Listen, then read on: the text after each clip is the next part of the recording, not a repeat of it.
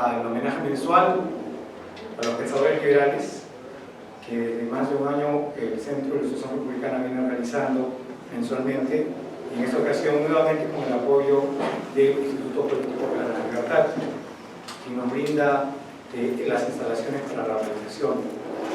Nuestra institución, el CIR, Centro de Ilustración Republicana, en esta ocasión ha querido relevar, antes que a un personaje de la historia del pensamiento económico o filosófico, el documento que es la plasmación de los ideales de muchos de estos hombres que a través de las eras han defendido el orden civilizado, la libertad, la defensa de la propiedad y la armonía de los intereses entre los individuos que componen una sociedad. Para nosotros es un gran orgullo, y es la primera vez que tenemos en uno de nuestros eventos al doctor Francisco Tudela y al doctor Javieses. Para ellos, desde ya pido un fuerte aplauso.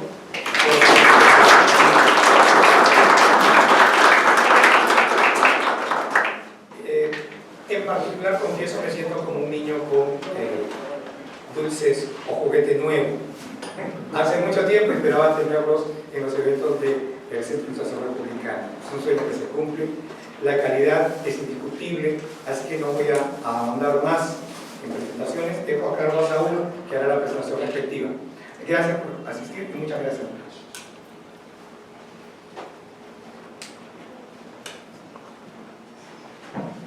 Muy buenas noches a todos los presentes. Dejo en esta ocasión la oportunidad de la palabra al doctor Francisco Tudela, quien es consultor experto en Derecho Internacional Público y Relaciones Internacionales. Ha sido miembro del Congreso Constituyente Democrático en 1993, ministro de Relaciones Exteriores en 1995 al 97, embajador del Perú ante la ONU en el año 1999 al 2000, vicepresidente del Perú y presidente de la Comisión de Relaciones Exteriores del Congreso del Perú del año 2000 al 2001, y actualmente comparte la conducción del programa Rey con Barba y Tudela, el cual es transmitido por Relax Televisión. Un fuerte aplauso para el doctor.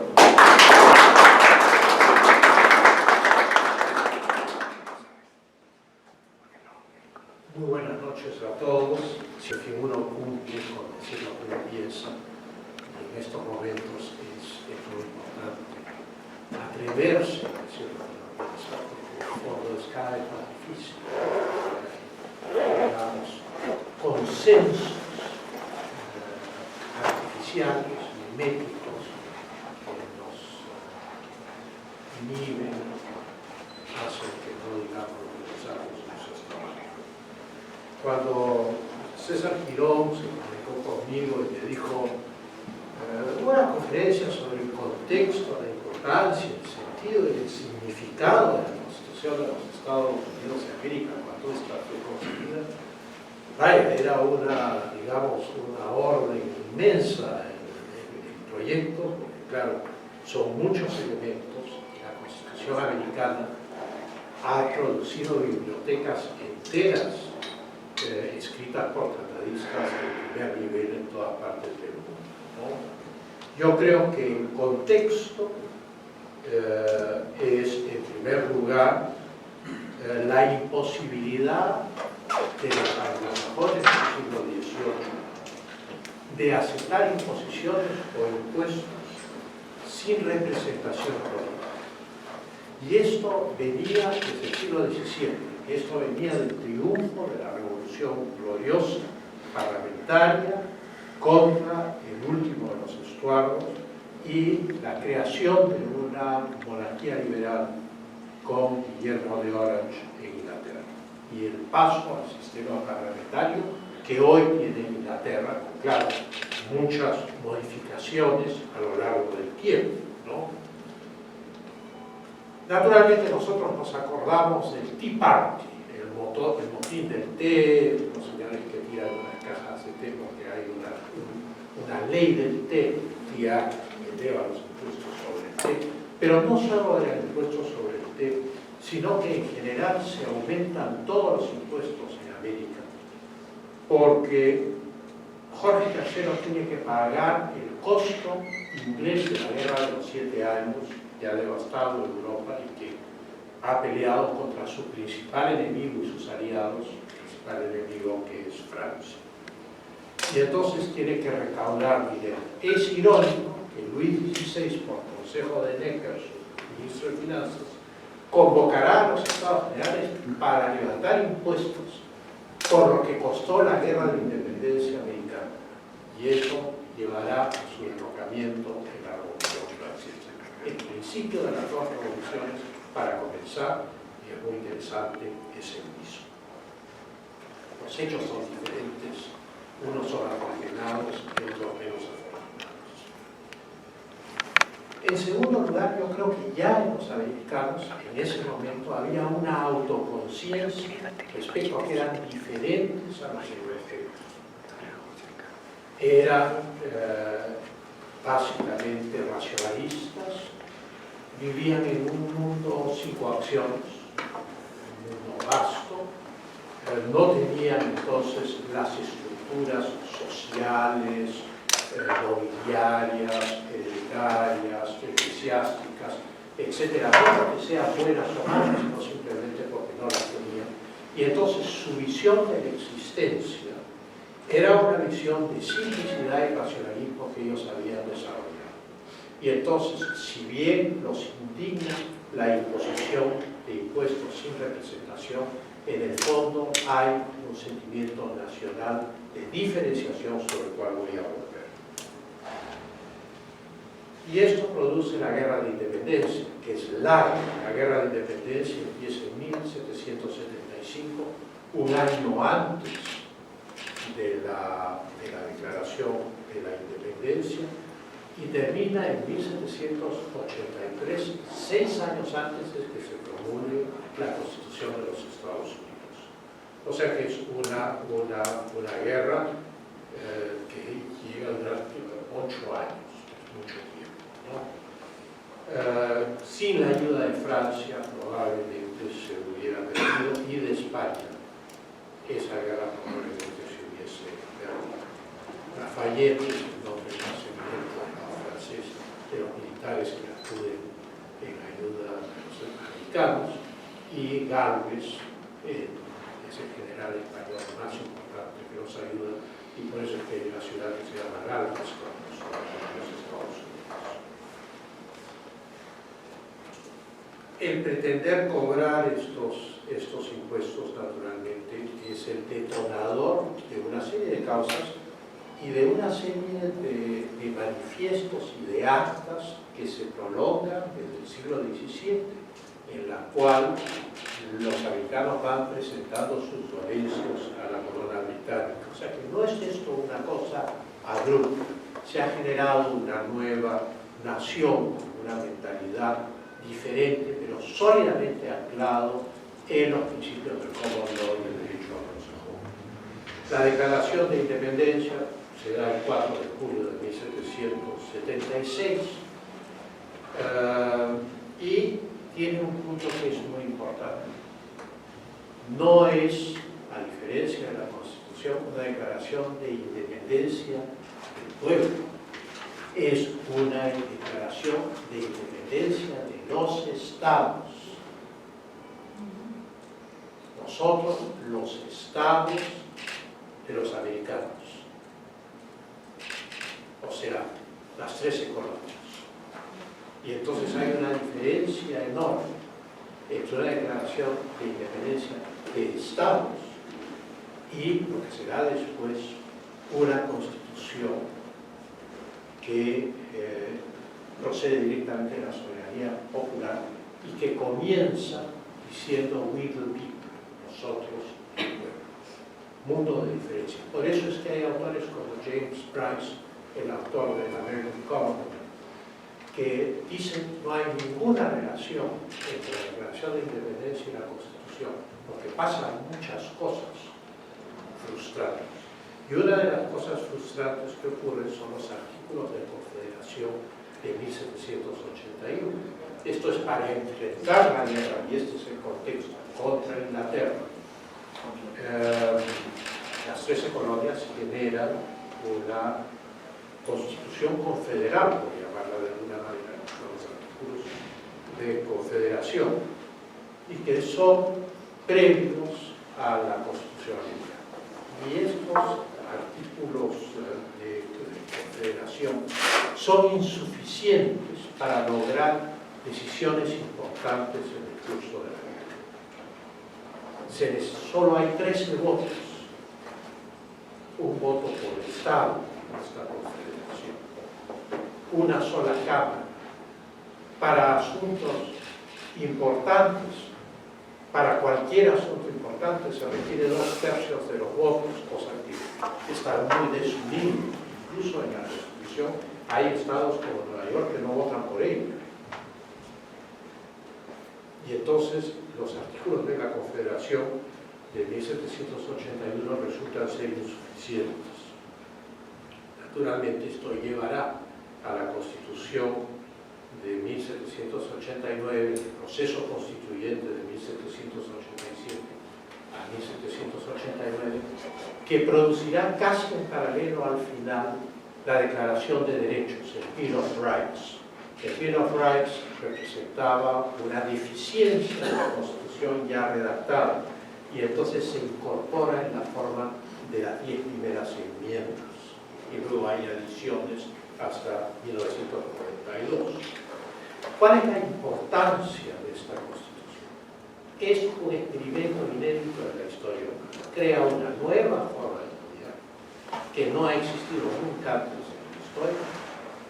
Pueden haber tomado cosas prestadas de Aristóteles, de Cicerón, mucho de Locke, poco de Montesquieu. En el fondo se le da mucha importancia a la influencia del pensamiento ilustrado francés, pero en realidad es principalmente la ilustración británica, la ilustración escocesa, Locke y la cultura clásica griega y romana, la inspiradora de la Revolución Francesa y de la cultura de los constituyentes.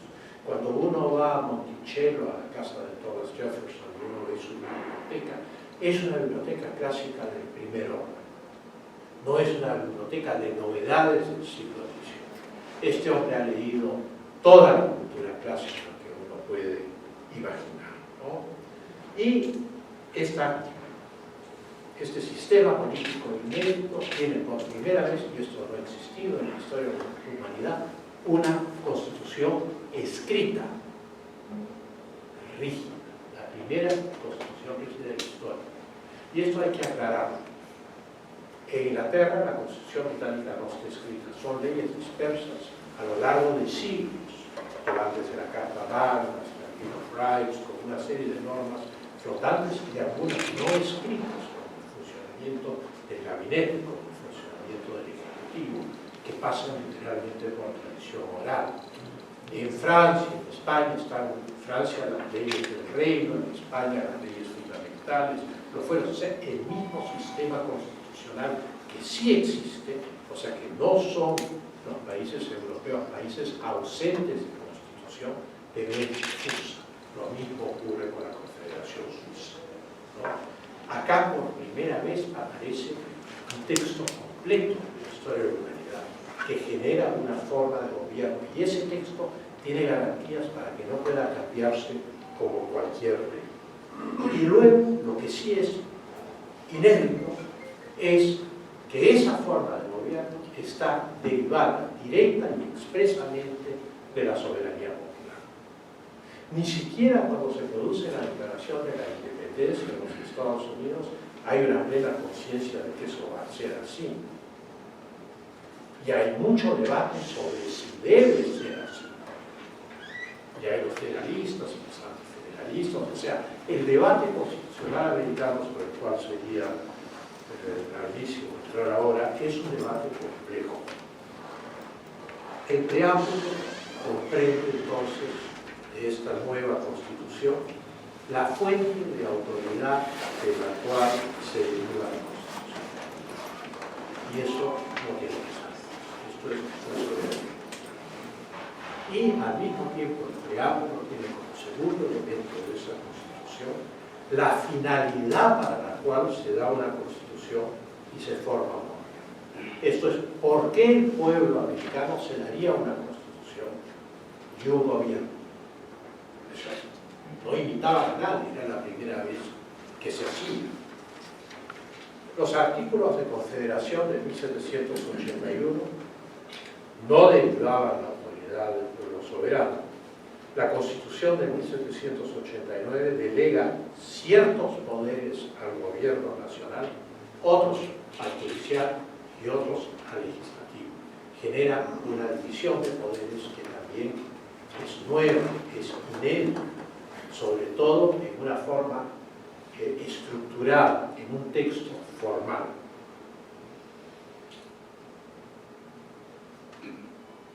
Y también establece las relaciones entre los estados, porque es un régimen federal, entre los estados originarios y los estados, entre los estados que están por dentro. A diferencia de la declaración de la independencia de 1776, el pueblo, with the people, en el contexto del siglo XVIII, es la piedra angular sobre la cual se construye toda esta Constitución. Pero el pueblo en el siglo XVIII no significa, el pueblo significa para nosotros hoy en día. El pueblo en el siglo XVIII, en el sentido electoral, jurídico, etc., significa el electorado responsable, lo que acá llamamos el voto censitario. El electorado responsable son aquellos que son padres de familia, son propietarios, pagan impuestos y por lo tanto tienen el derecho al voto. En la práctica, lo que nace en los Estados Unidos al nivel del gobierno federal, al nivel del gobierno de los estados, de los gobiernos locales, etc., a través del concepto de este pueblo responsable, son lo que podríamos llamar distintas capas de poder oligárquico en los Estados Unidos y que van a tener que ir siendo, digamos, domadas a lo largo de la evolución de la historia constitucional hasta el día de hoy, pero que también representan un enorme dinamismo para los Estados Unidos y están en el fundamento de las libertades económicas y el sistema capitalista del mundo de hoy. Los objetivos de ese preámbulo son, en primer lugar, una unión más perfecta. ¿Por qué? Porque los artículos de confederación habían generado terribles problemas durante la guerra de independencia. Promover la tranquilidad pública y la defensa común. ¿Por qué la tranquilidad pública? Porque en el curso de una guerra, y sobre todo en los 4 años posteriores a una guerra, hay revueltas. Por ejemplo, en Massachusetts hay la Shays Rebellion contra los impuestos que en ese momento los estados confederados quieren cobrarle a los ciudadanos. Hay situaciones de caos que se han producido durante la guerra y en los años inmediatamente posteriores. Hay venganzas, hay persecuciones, en fin. El hijo de Benjamin Franklin era monárquico, se refugia en el Canadá y luego se va a Inglaterra. O sea, no es un tránsito fácil el tránsito a los Estados Unidos de América federales basados en la soberanía popular. Y luego la búsqueda del bienestar general y gozar de las bendiciones de la libertad. Está dicho explícitamente en el preámbulo.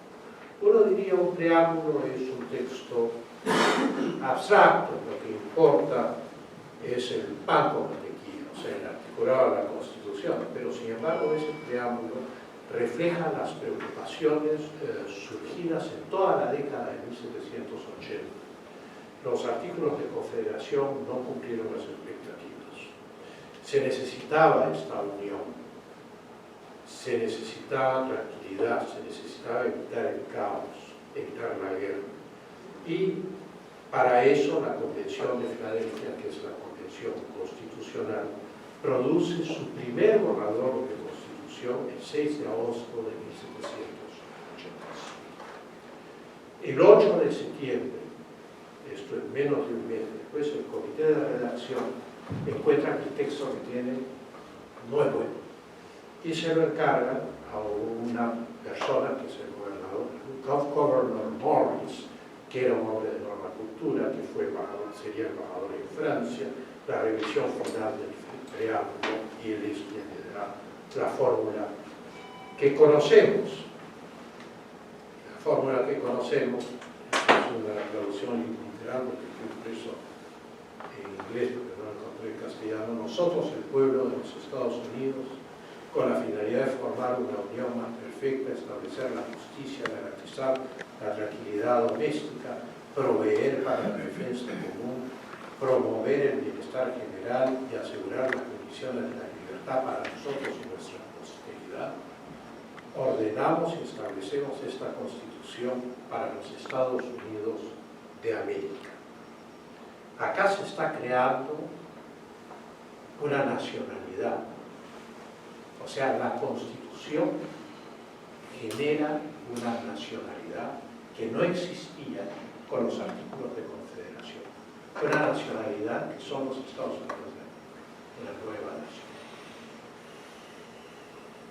Ese preámbulo es lo que acabo de leer, la arteria que transmite la vida, la legitimidad a la Constitución de los Estados Unidos y legalmente.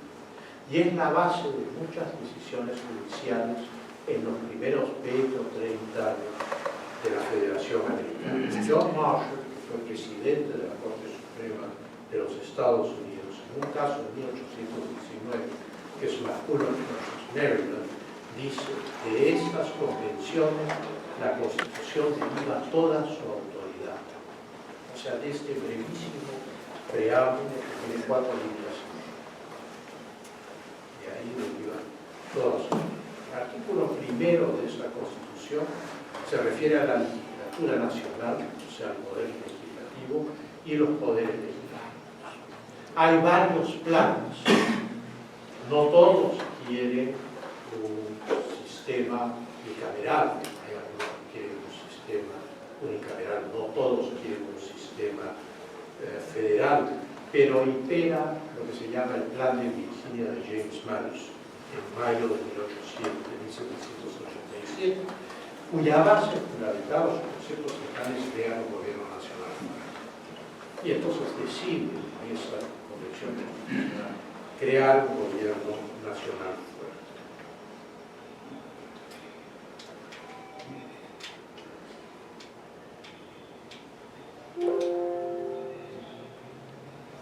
Y para eso genera un sistema de división de poderes, un Congreso con 2 cámaras, una presidencia, una Corte Suprema y, en un nivel inferior, autonomía para los estados en lo que no es federal, autonomía para los estados que componen los Estados Unidos de América.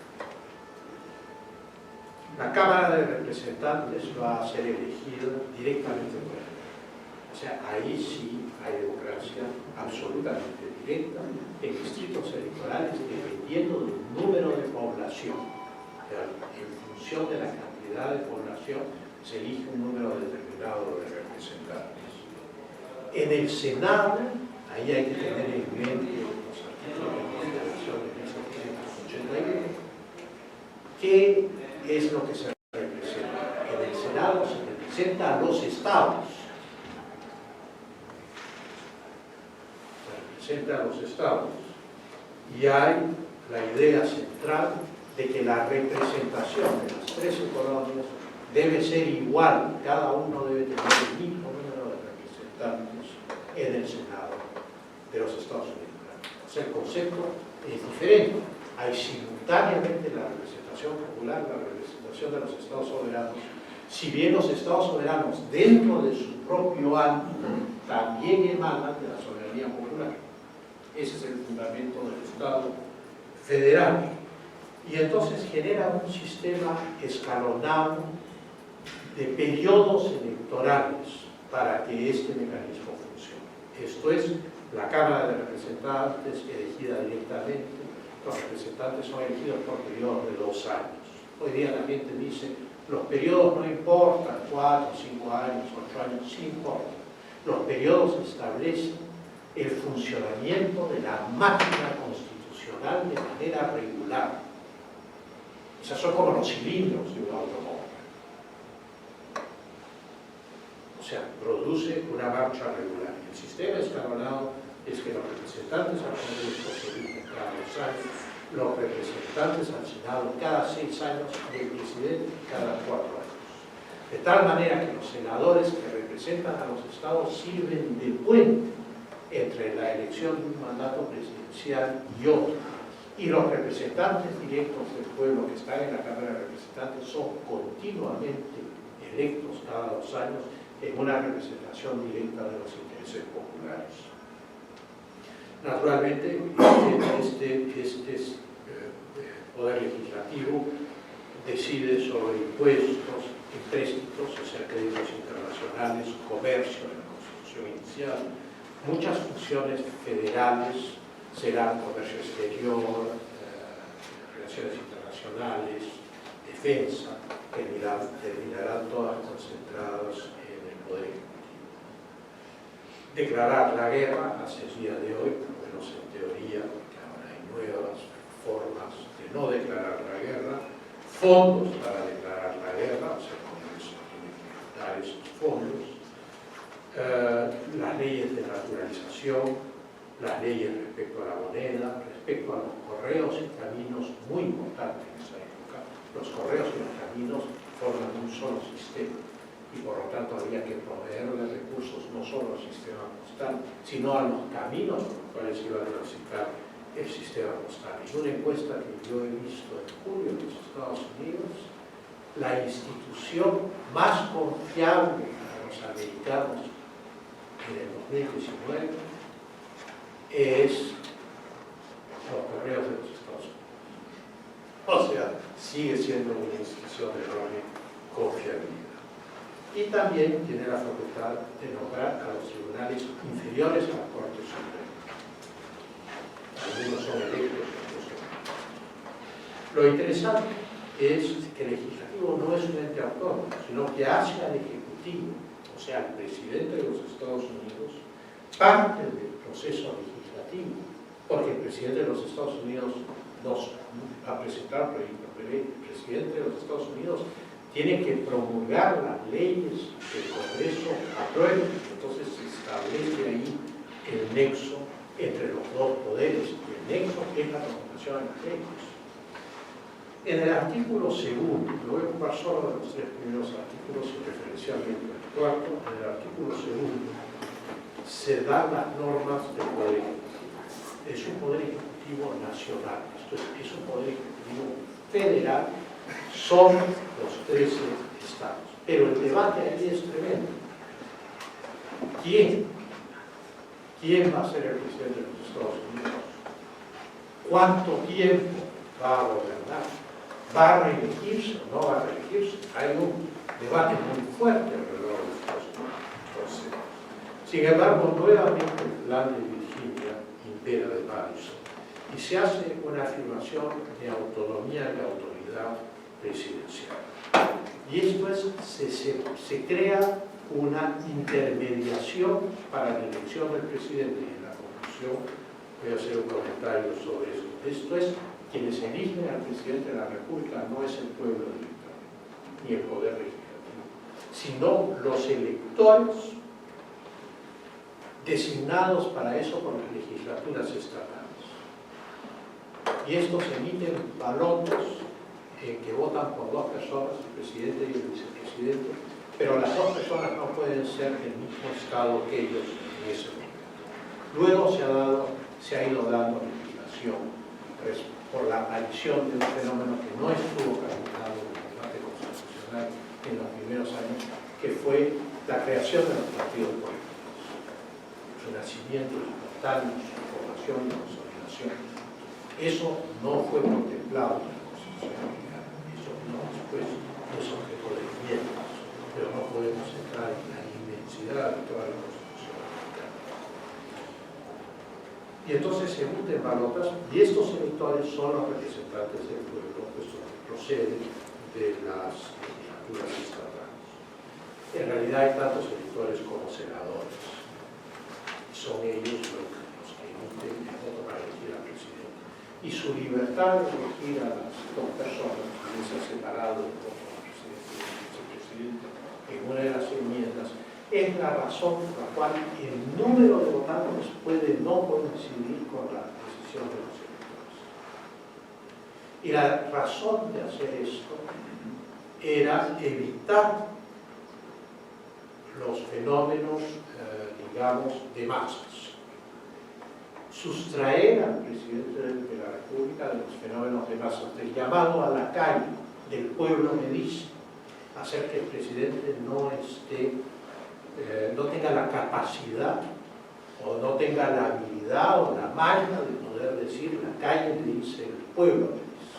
O sea, está elegido democráticamente, está elegido por representantes del pueblo, pero el sistema de los electores crea un mecanismo de transferencia, como una caja de cambios en un automóvil, que produce este cambio de sociedad y nombra al poder ejecutivo. Y se decide que se puede reelegir indefinidamente, cosa que va a valer hasta la muerte de Franklin Delano Roosevelt, que después de 4 mandatos que los americanos respetaron en la Segunda Guerra Mundial, llegaron a la conclusión que era demasiado y lo redujeron a 2 mandatos y terminó esta reelección indefinida. Las funciones son los proyectos de leyes del presidente de la República Americana, los tratados con consentimiento del Senado, el nombramiento de todos los funcionarios del Estado. Por eso es que tienen el spoils system, o sea, el sistema del botín, sería la traducción exacta. Quien gana la elección coloca a todos los funcionarios públicos y los del otro partido se van toditos. O sea que digamos que es una renovación que acá produciría una cadena de infartos interminables. Moriría la mitad de la democracia si es que el presidente de la República tuviese esa facultad. Puede nombrar, bueno, nomina a los jueces de la Corte Suprema, como hemos visto en el caso de Kavanaugh, que es el caso más reciente, con el consejo y el consentimiento del Senado. O sea, si el Senado le aconseja lo contrario, el presidente en teoría debería inhibirse. Decide quién es su vicepresidente y él es el comandante en jefe en este momento, cuando se hace la Constitución, de la Marina, que es la única institución armada permanente en los Estados Unidos de América, y de la milicia. En realidad el concepto de la milicia va a durar hasta la Guerra Civil Americana en 1860 y ahí va a terminar. Incluso para la guerra contra México, el presidente Polk convoca a la milicia, porque el ejército solo puede ser levantado por un número de meses determinados y con un presupuesto determinado. Además, la milicia representa nuevamente al pueblo soberano, que está representado hoy en día por la Guardia Nacional, a pesar de que es voluntario. El presidente puede ser removido en esta Constitución, cosa que era impensable en Europa. Ningún monarca podía ser removido de lo que lo envenenaran, hubiese una revolución contra él, de palacios, o se volviese manifiestamente demente, porque podía ser discretamente demente como Jorge III y no le pasaba nada y sería arruinado, ¿no? Pero no, el presidente de los Estados Unidos, y esto es también una cuestión inédita, puede ser removido, como todos sus ministros, como el vicepresidente, todos los funcionarios, por traición, por condena judicial, por soborno, por acusación constitucional, por impeachment, por crímenes graves y por mala conducta. Digamos que estas causales son infinitamente más precisas y comprensivas, por ejemplo, que las que tenemos nosotros en nuestra Constitución. El artículo 3º, al cual me voy a referir, es el referido al Poder Judicial. Y crea un Tribunal Supremo. Hay quienes han dicho que así como en Europa los grandes electores elegían al emperador, pero el controlador del emperador era el papado, pues el poder espiritual de los Estados Unidos es la Corte Suprema de los Estados Unidos. Ellos establecen un Tribunal Supremo que hoy tiene 9 miembros, que tiene supremacía nacional uniforme en sus sentencias, o sea, sus sentencias tienen carácter federal, se aplican a todos los estados. Y la nominación de estos premios es el punto de contacto entre el Ejecutivo y el Congreso, puesto quien los nomina es el presidente de la República, y quien acepta la nominación es el Senado. Entonces, confluye en los Supremos con la aceptación del Senado y la nominación del presidente. Ese fue un sistema que tuvimos hasta 1942. En efecto, todos los jueces eran nominados por términos, etc. O sea, la Corte Suprema enviaba las ternas al presidente, el presidente escogía uno de cada caso. Hay tres elementos fundamentales en el Poder Judicial que se han ido desarrollando desde el inicio de los Estados Unidos de América y que es muy importante para comprender por qué es que no han tenido asambleas constituyentes ni han tenido que hacer interpretaciones continuas de su propia modificaciones nuevas, es hacer nuevas constituciones en los Estados Unidos. La primera de ellas es que para la Corte Suprema, si una ley tiene varias interpretaciones, la Corte preferirá, a menos que sea inevitable, pero generalmente preferirá, aquella que defienda la validez de la ley. O sea, en líneas generales, esa es una norma que existe desde la excepción de los Estados Unidos. En segundo lugar, la Corte Suprema va a considerar, y esto es muy importante, incluso para lo que nos está pasando ahora, ciertas cuestiones constitucionales que se consideran estructurales y esenciales para los Estados Unidos como de carácter político. O sea, que decidir sobre ellas no es una cuestión de justicia, sino es una cuestión de posición política. Cuando considera la Corte Suprema que hay ciertas cuestiones constitucionales de carácter político, considera que no son justiciables y no se pronuncian. No intervienen. En tercer lugar, el concepto del debido proceso, que es el eje de este nuevo sistema y sin el cual ese nuevo sistema no funcionaría. Y el concepto del debido proceso es el tema central del derecho constitucional americano y de toda la jurisprudencia de la Corte Suprema hasta el día de hoy. El artículo 4 ya es la relación entre los estados, el federalismo. Hay un debate si los estados pueden salirse, si pueden quedarse, y después de la Guerra Civil en 1860, pues ya nadie puede irse, se resuelve esta cuestión, y con la Ley de Reconstrucción del sur de los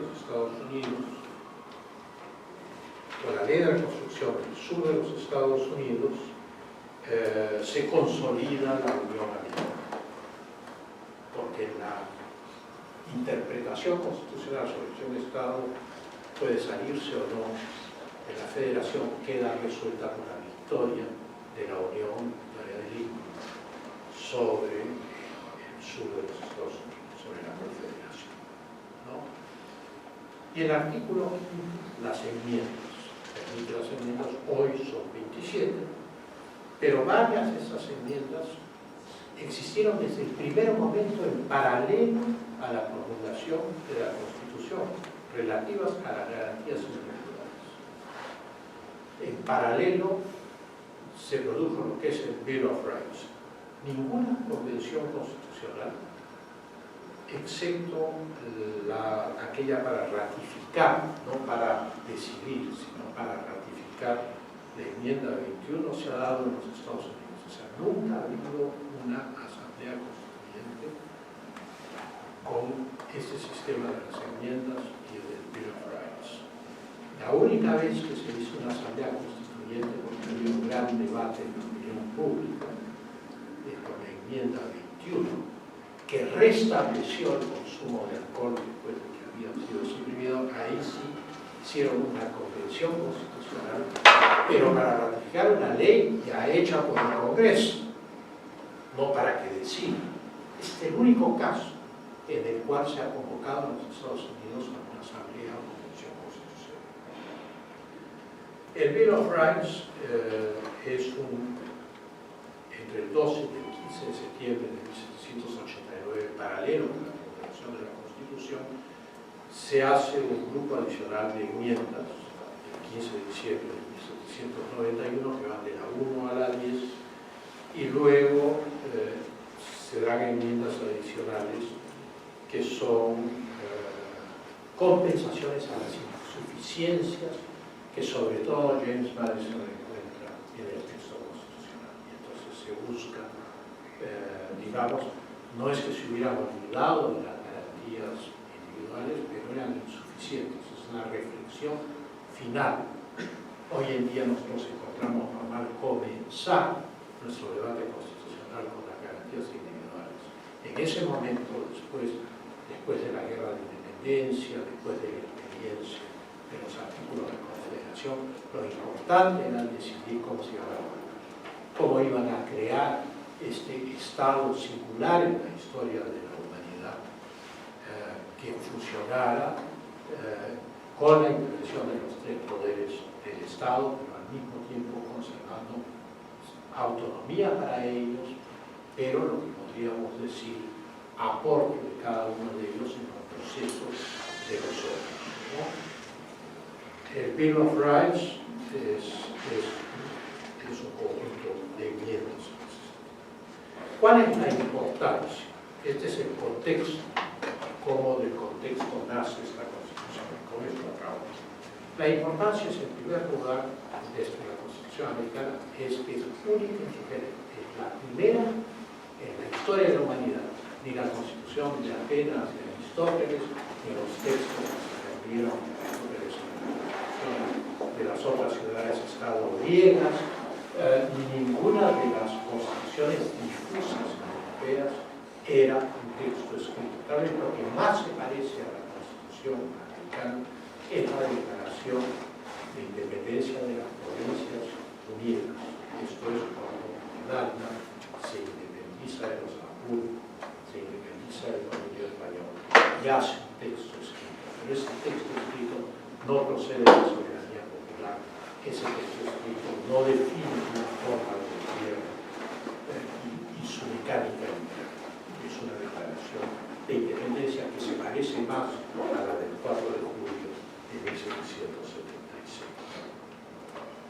En segundo lugar, la influencia de la Constitución americana es ilimitada.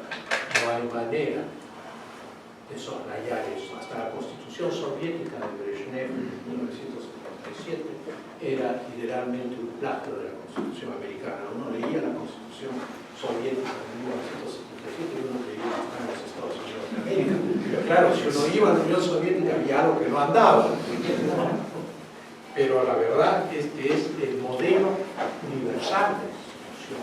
Fue el modelo universal que usaron los franceses para su primera Constitución. Lo que pasa es que los franceses no tuvieron el éxito que tuvieron los americanos, porque los franceses sí estaban llevados por las pasiones. Y los franceses han tenido más constituciones que nosotros, 14 constituciones. Pero su influencia es enorme. Y la influencia de esta constitución en el debate constitucional americano en la Revolución Francesa enorme. Cosa que naturalmente los textos de los franceses admiten con mucha dificultad. Y es. En tercer lugar, todas las constituciones de América Latina, su primera inspiración es la Constitución de los Estados Unidos. Es solo en el siglo XX que van a inspirarse en las constituciones francesas, o la de la República de Weimar, o la República Española, o la Española de 1978. Esas son novedades. En el siglo XIX, el modelo estándar es la Constitución de los Estados Unidos de América. Y para todo el mundo que va entrando en el proceso democrático y creando instituciones de gobierno democráticas. Tocqueville, cuando escribe La democracia en América en 1832, abre la caja de Pandora porque vulgariza, si bien no es un texto, digamos, liviano, La democracia en América de Tocqueville, y además es largo, sin embargo, difunde alrededor del mundo, para los intelectuales, políticos, todas las interioridades y también las observaciones que él hace sobre las limitaciones del orden constitucional norteamericano. Y hace ciertas predicciones hacia el futuro, por ejemplo, sobre la tiranía de la opinión, que que hoy llamamos political correctness.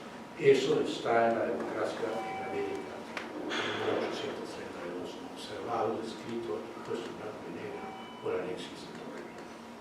De tal manera que la importancia, no puede soslayarse, es, como diría Saddam Hussein, la madre de todas las constituciones, ¿no?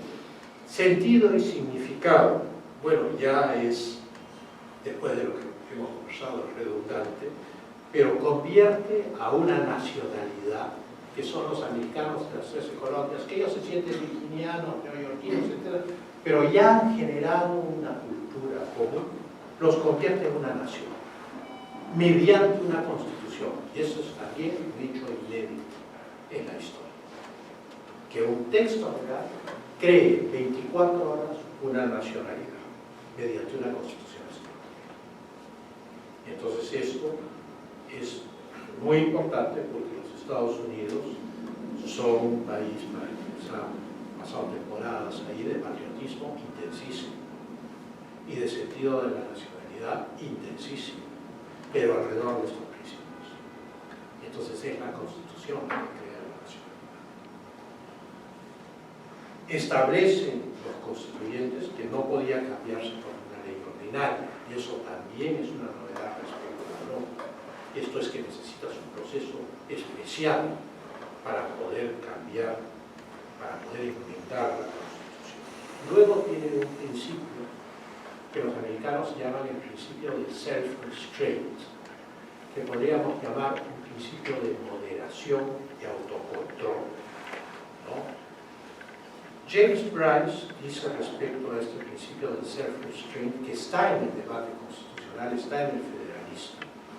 Dice lo siguiente, y lo voy a citar. Él escribió un magnífico libro sobre el derecho constitucional americano a finales del siglo XIX, que luego lo completó, que se llama The American Commonwealth, que lo completó luego con dos volúmenes que se llaman Modern Democracies. Y Bryce dice lo siguiente: el pueblo coloca ciertas reglas fuera del alcance de impulsos ocasionales originados en pasiones o caprichos temporales, y sus normas son las reglas de la expresión permanente del pensamiento calmado y el propósito deliberado del pueblo. ¿Qué significa esta tesis de Bryce? Lo que significa es que la Constitución tiene un espíritu de permanencia, no es de goma, no es de caucho, está meditada, pero las pasiones van a ir y van a venir. Y por lo tanto está hecha la Constitución para evitar el influjo de las pasiones. Y eso es el self-restraint, que es un elemento central del debate federalista. ¿Y qué significa eso? Que el pueblo coloque ciertas reglas fuera del alcance de los impulsos ocasionales, caprichos, etc., de los políticos. Significa algo que todos repetimos, pero tal vez no somos conscientes en su grandeza. Esto es que establece el gobierno de las leyes y no el gobierno de las personas. Sean estas personas reyes, presidentes, dictadores, no. Lo que establece el self-restraint es el gobierno de las leyes. Si no hay self-restraint, no hay gobierno de las leyes. Muchas gracias.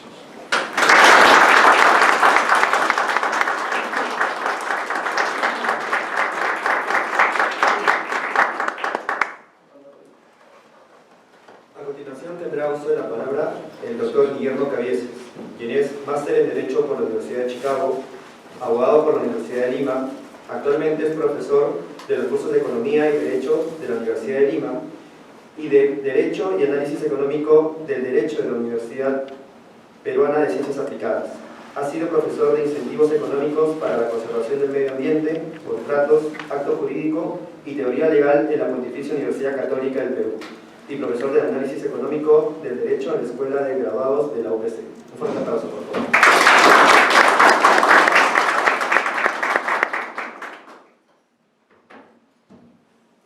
Muchas gracias al Centro de Discusión Republicana y al IPL por la invitación. Para mí es un gusto poder compartir con ustedes algunas reflexiones sobre la Constitución de Estados Unidos. No se preocupen porque, como solía decirle Enrique VIII a sus esposas, esto será relativamente breve. Pancho nos ha dejado con varias reflexiones interesantes. Una primera que quiero rescatar es cuál es el vínculo de la Declaración de Independencia y la Constitución de los Estados Unidos. Hay una visión dividida ahí, porque hay mucha gente que une la Declaración de Independencia junto con la Constitución, porque en el fondo la Constitución es un texto no ideologizado, es un texto que lo que pretende es dar una guía acerca de cómo se ejerce el poder y cómo se controla el ejercicio de ese poder por parte de ciertas autoridades, pero no tiene dentro de sí una ideología propia, es un texto muy pragmático. Entonces la ideología de la que deriva tiene que ser encontrada en aquellos que la hicieron y en aquel contexto en el que se dio, el contexto de la Declaración de Independencia. Para tratar de entender de dónde venía el pensamiento político ideológico de los padres fundadores de Estados Unidos, lo que trato de hacer es dar unos pasos hacia atrás y ver cuáles son las fuentes en las que ellos se basaron para poder hacer la Constitución de los Estados Unidos. Y he encontrado, por lo menos en las investigaciones que he realizado, que hay un pensamiento muy fuerte en los padres fundadores que deriva de una rebelión contra el poder eclesiástico que hubo a raíz de la situación de las 95 tesis de Lutero, cuando él las clava en la puerta de la capilla de Winter, ¿no? Entonces ahí empieza a haber un cambio político y una pérdida de poderes. Entonces empieza a haber una especie de rebelión contra la autoridad. Esta revolución protestante genera algunas otras como la de Calvino, y hay que tener en consideración que 2/3 de los colonos de Estados Unidos eran calvinistas, y que Calvino creía que el hombre era un ser no confiable y que por lo tanto había que tener un límite a los hombres, un límite al poder, y creía también que el derecho de los hombres provenía de Dios y por lo tanto tenía que haber un gobierno que esté sujeto a las leyes bíblicas, por así decirlo. Esta visión que Calvino tenía del mundo y que los colonos tenían, los hacían representarse como, de alguna manera, individuos. Y resulta ser de un estudio que publicaron Lutz y Heinemann sobre las influencias que habían en los ensayos políticos entre 1760 y 1805, que aparte de la Biblia, que era el texto más citado, por así decirlo, de hecho, hay en esta época una creencia muy fuerte en que el ser humano está hecho a la imagen y semejanza de Dios, y que deriva como una persona única que tiene además libre albedrío y tiene un respeto como individuo. Se encuentra que los autores más citados en esta época eran Montesquieu, Blackstone, Locke, Hume, Plutarco, Beccaria y Crewell and Gordon. ¿Okay? Esto muy por debajo de la Biblia, que era el texto que más ellos utilizaban. Y entonces me voy a referir a los 3 autores principales para entender un poco cuál era la visión del mundo que estos autores tenían y que influyó ciertamente en los padres fundadores de Estados Unidos.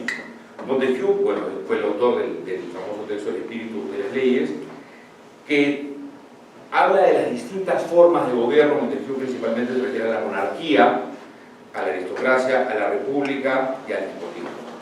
Pero la idea central que los padres fundadores toman de Montesquieu es la idea de la separación de los poderes. ¿No es cierto? Montesquieu lo que dice es que el Estado tiene que estar dividido en 3 poderes que se controlen entre ellos y se complementen entre ellos. Uno tiene un poder legislativo, que es el encargado de crear las leyes que van a regir en una determinada república, pero ese poder legislativo a su vez tiene otro lado, que es un poder ejecutivo, que tiene que ejecutar esos mandatos, y un poder judicial que tiene que definir cómo que esos mandatos deben ser acatados. Entonces nadie concentra dentro de sí o en sí mismo el poder, ¿cierto? No es que una persona hace la ley, la juzga y la ejecuta, desconcentra el poder. Hoy, la verdad es que ese sistema ha sido absolutamente pervertido, ¿cierto? Hoy, con las situaciones de del Ejecutivo, con la cantidad de delegación que tiene por parte del Ejecutivo, concentra en sí la capacidad básicamente de legislar, ¿no es cierto? La gran mayoría de normas fiscales provienen de la SUNAT, que es un ente que está debajo o dentro del poder ejecutivo, y además se ha irrogado para sí el poder de juzgar también, ¿no? Los tribunales administrativos no son otra cosa que la concentración de los poderes en una sola entidad, en una perversión de la separación de los poderes legislativos, ¿cierto? Montesquieu también cree que el hombre debe ceñirse a la ley de Dios, es un católico que decía que la monarquía iba más con el catolicismo y la república con el protestantismo. El otro gran autor que influencia a los padres fundadores es Blackstone. Y Blackstone es un jurista muy importante inglés que escribió lo que se llaman los comentarios a la ley de Inglaterra. Y yo diría que Blackstone es probablemente el fundador o el sistematizador de lo que se conoce como el common law, el derecho común, ¿no es cierto? Como bien decía Francisco hace un rato, lo que pasa en Inglaterra es que son costumbristas. Hay una tradición de respeto a leyes que muchas veces no están escritas. Y entonces así se crea el derecho común, el derecho costumbrista. Blackstone lo que hizo fue sistematizar estos principios, y ese libro fue súper influyente en los Estados Unidos, al punto que los abogados se formaban mediante el estudio de los comentarios de Blackstone, y esto ha sido hasta mucho después de la dación de la Constitución. Hasta la época posterior a Lincoln se estudiaba Blackstone como la fuente principal. Y yo diría que hay tres puntos centrales en Blackstone que son muy importantes. La primera es que hay una ley natural, y esa ley natural deriva de la voluntad de Dios, ¿sí? Y esa ley es inmutable. La razón nos es dada, según Blackstone, para poder descubrir esa ley, ¿sí? Pero tenemos que ajustarnos a esa ley, y la ley humana tiene que ajustarse a la ley de Dios, la razón, y que nos obligue a actuar, ¿sí? El rol del juez, que es un principio muy importante, es aplicar la ley, no crearla. Entonces, el juez aplica la ley, no la crea. Hoy día cualquiera lee una sentencia del Tribunal Constitucional y se da cuenta que nunca leyeron a Blackstone, no tienen idea quién es, y creen que su labor es legislar y no aplicar la ley. Entonces, inventan leyes. Y bueno, como decía, sistematiza el derecho común, pero esos son los principios a los que Blackstone dice que tenemos que ajustarnos. Y finalmente John Locke, que yo creo que es en el fondo el más influyente de los pensadores que los padres fundadores siguen, que escribió un ensayo sobre el entendimiento humano y entre otras cosas, y dos tratados sobre el gobierno civil, que son dos panfletos en realidad, en el segundo de los cuales Locke presenta lo que yo creo es la parte más importante del pensamiento que después derivó en la Constitución de Estados Unidos, y es la idea de cuál es la relación que existe entre el gobierno y los ciudadanos. Y lo que dice Locke es, los seres humanos, Locke era un calvinista moderado, que también creía que había leyes naturales, leyes que derivaban de Dios, y que habían además, es un concepto lockeano muy importante, derechos naturales, de los cuales vamos a hablar ahora, que derivaban por el hecho de ser nosotros seres humanos creados a imagen y semejanza de Dios.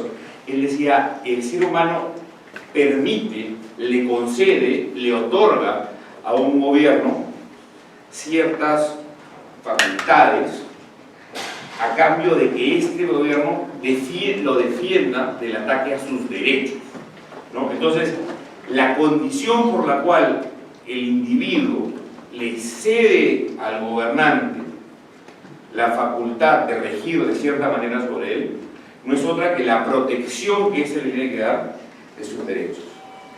Y que las leyes deben ser consecuentes con las leyes de la naturaleza y las leyes de Dios.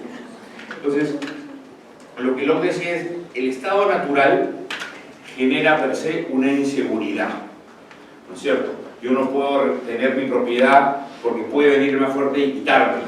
Puede quitarme la vida, puede quitarme la libertad de transitar. Y entonces ¿qué hacemos? Permitimos, dándole una facultad a alguien, que ese alguien permita o asegure que mis derechos no sean trastocados por los demás. Y aquí una nota hacia lo que son los derechos naturales, que es algo que también ha ido prostituyéndose en el tiempo. El derecho natural es aquel, en esta tesis, que deriva de la condición del ser humano. Típicamente es la libertad, la propiedad y la vida. Esos son derechos naturales, porque no requieren quitarle a otra persona para yo poder tener un derecho. No son derechos naturales como se quiere hacer pensar ahora, el derecho a la salud, al trabajo, a la educación, porque esos derechos son derechos que implican que otras personas tengan que aportar para que yo pueda tener el derecho. Yo no voy a discutir aquí si esos derechos son buenos, son malos, si está bien que la Constitución los contemple o no los contemple. Lo que voy a decir es que no son derechos naturales. Los derechos naturales son estos que no implican que alguien tenga que entregar algo para que yo pueda tener mi derecho. ¿Okay? Y la idea era que el Estado asegure los derechos, no los cree. Y esta es una diferencia muy importante, porque la lógica es, yo ciudadano, te permito a este Estado tener cierta posibilidad de control sobre mi persona para que pueda proteger mis derechos. No te doy a ti la facultad de decir cuáles son mis derechos, ni de crear derechos, ni de quitar mis derechos. ¿Okay? Que hoy día, en las constituciones europeas, continentales y las constituciones latinoamericanas, hay una visión errada, hay la visión de que el derecho emana del Estado, de que el Estado nos dice qué podemos hacer, qué no podemos hacer, que es algo que en la Constitución americana no está. ¿Okay? Estas ideas son las que tenía Thomas Jefferson cuando hace la Declaración de Independencia. Como bien ha dicho Pancho, en realidad esta no fue en estricto sentido al inicio una revolución, fue una exigencia de ciudadanos que se consideraban ingleses hacia lo que era una violación de los derechos de las colonias, ¿no es cierto? El rey y también el parlamento inglés habían empezado a generar impuestos sin representación para financiar la deuda, como bien decía Francisco, de la guerra de los 7 años con Francia. De hecho, en algún momento se les ofrece representación a los pobladores de lo que hoy es Estados Unidos, y ellos no quieren la representación porque en realidad lo que no quieren es el impuesto. Lo que ellos querían era tener la posibilidad, como antes, de tener sus propias leyes y ser una colonia que dependía de la corona. Sin embargo, el Estado, bueno, el imperio inglés les impone diversos impuestos, y esto genera que se haga un primer congreso continental en 1774. Y en ese congreso deciden hacerle una nueva petición, una última petición al rey de que cese con esos impuestos y restituya la situación al estado anterior. Pero él se niega. Ellos en realidad sabían que esto se iba a ocurrir. Y ahí se llama a una segunda, a un segundo congreso que en realidad en adelante funge como el Congreso de los Estados Unidos, que se da en mayo 10 de 1775, y ahí es donde se crean los artículos de la Confederación y se instruye a una declaración de independencia, ¿no es cierto?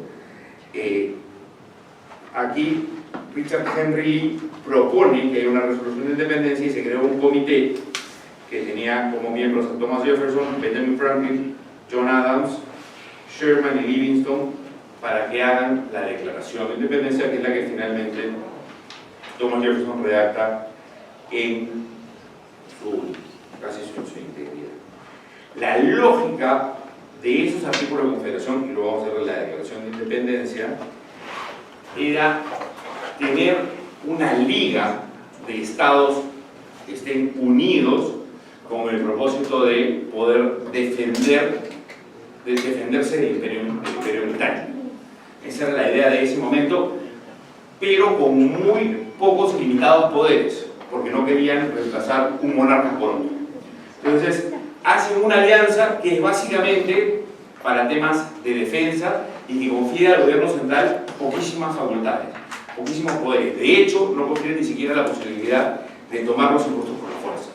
Entonces, los impuestos que los estados tenían que dar para solventar a la milicia no podían ser reclamados por el gobierno central, y cada estado mantenía su independencia porque en ese contexto no se quería reemplazar a un monarca. Aquí es curiosa, como nota al pie, la relación entre John Adams y Thomas Jefferson. Fueron muy amigos durante esta época. De hecho, John Adams le cede a Thomas Jefferson preparar la Declaración de Independencia, el redactar la Declaración de Independencia.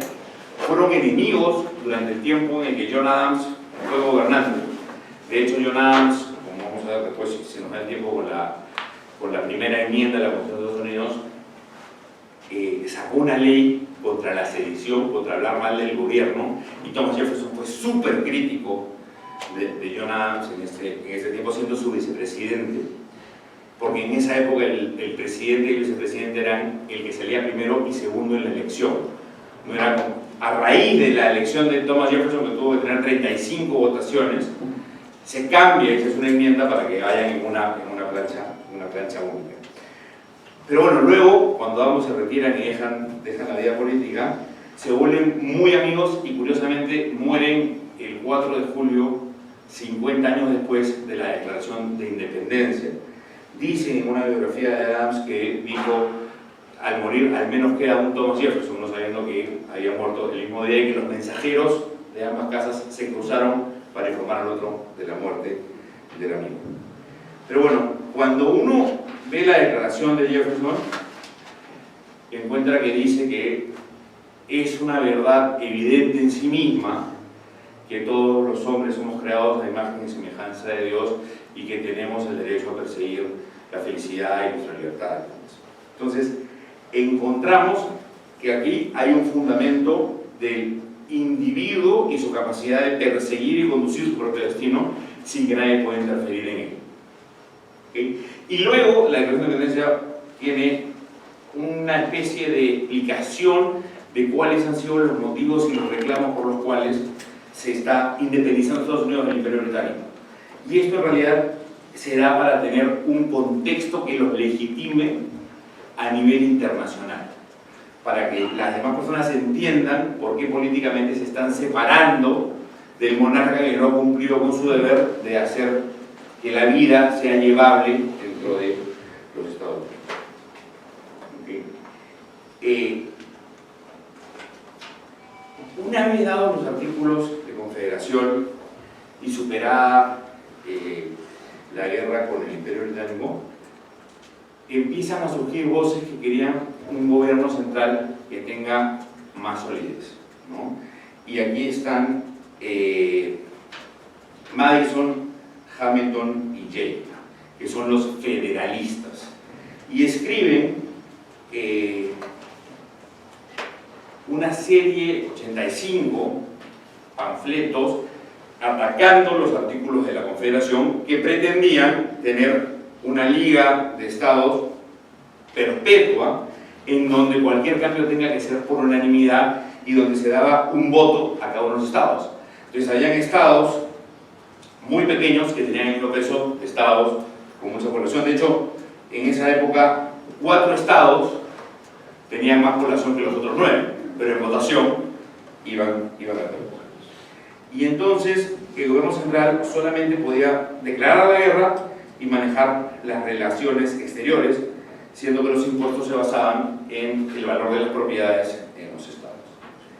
Se genera una gran discusión entre los federalistas y los antifederalistas acerca de la necesidad de tener un estado que pueda regular el comercio entre los estados y con los otros países, y que pueda tener un poder más grande en lo que se refiere a la recaudación de impuestos y que pueda ser cambiado no por unanimidad sino por mayorías y demás. Básicamente se busca un gobierno central más fuerte.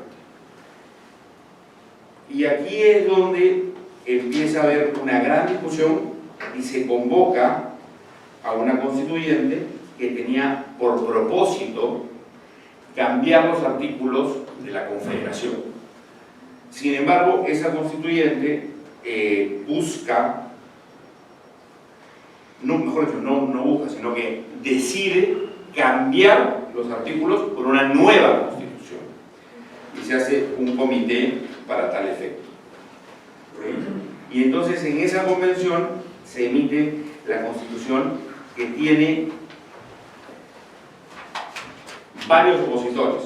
Thomas Jefferson, por ejemplo, en ese momento, aunque luego alabó la constitución, que era opuesto a ella, pero no estaba en los Estados Unidos viviendo en ese momento. Cuando se da esta constitución, hay gente de los estados dirigida básicamente por George Mason, que dice, y ese es el tema con el que quisiera terminar porque me parece la sustancia más importante de la Constitución americana, dice: vamos a aprobar la Constitución en la medida en que esté claro, en que no pueda haber ninguna duda acerca de que el Estado está limitado en sus poderes y que las personas tenemos ciertos derechos que son inalienables, que deben ser respetados a toda costa.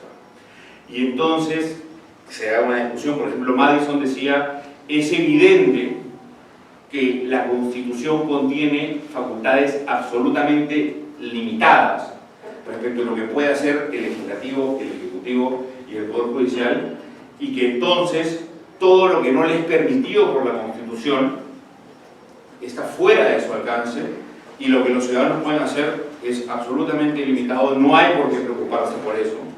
Mientras que gente como Mason decía: no, tenemos que asegurar el derecho de los individuos para que mañana más tarde quede claramente consagrado que hay ciertas cosas que el Estado no puede hacer. Y así se dan el Bill of Rights.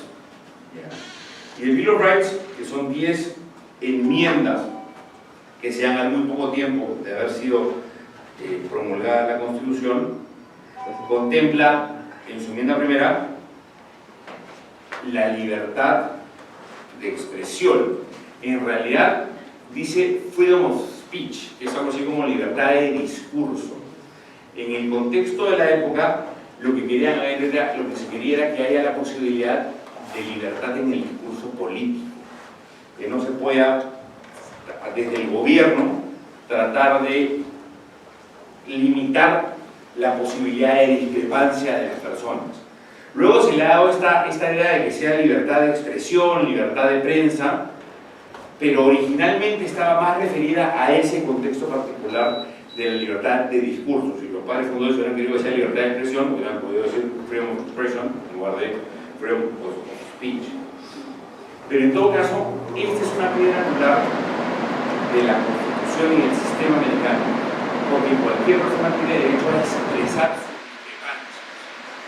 De hecho, Ronald Reagan contaba una historia en la que decía que estaban hablando un americano y un ruso, y el americano le decía al ruso: yo en mi país puedo ir a la oficina del presidente Reagan, golpear su escritorio y decirle: presidente Reagan, yo no estoy de acuerdo con usted y las cosas. Y el ruso le decía: yo en mi país puedo ir al Kremlin, tocar la mesa de gobernar y decirle: yo no estoy de acuerdo con cómo el presidente Reagan está gobernando Estados Unidos. Otro aspecto fundamental de la primera enmienda es la separación entre el Estado y la Iglesia. El Estado era un laico, y esto era muy importante en la época. Se divide, se hace una pared entre el Estado y la Iglesia, y no se impone ninguna religión. Es una religión totalmente laica. Luego está la libertad de asamblea. La segunda enmienda contempla la necesidad de una milicia que se apoyaba por las características de la época en la que no había un ejército propiamente que pudiera ser montado de manera perpetua. Y el derecho de los ciudadanos de llevar armas, que hoy es sumamente discutido. Este derecho de los ciudadanos de llevar armas se se daba nuevamente por la idea de la revolución, del hecho de que si hay un abuso del poder, si hay una tiranía, entonces los ciudadanos tenemos el derecho de salir a defendernos.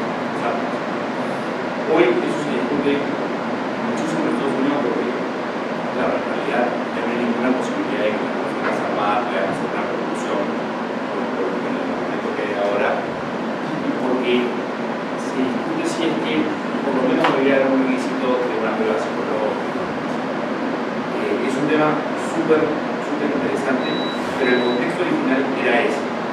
Era básicamente, en el fondo, el derecho que tienen las personas de poder rebelarse contra los abusos de la autoridad.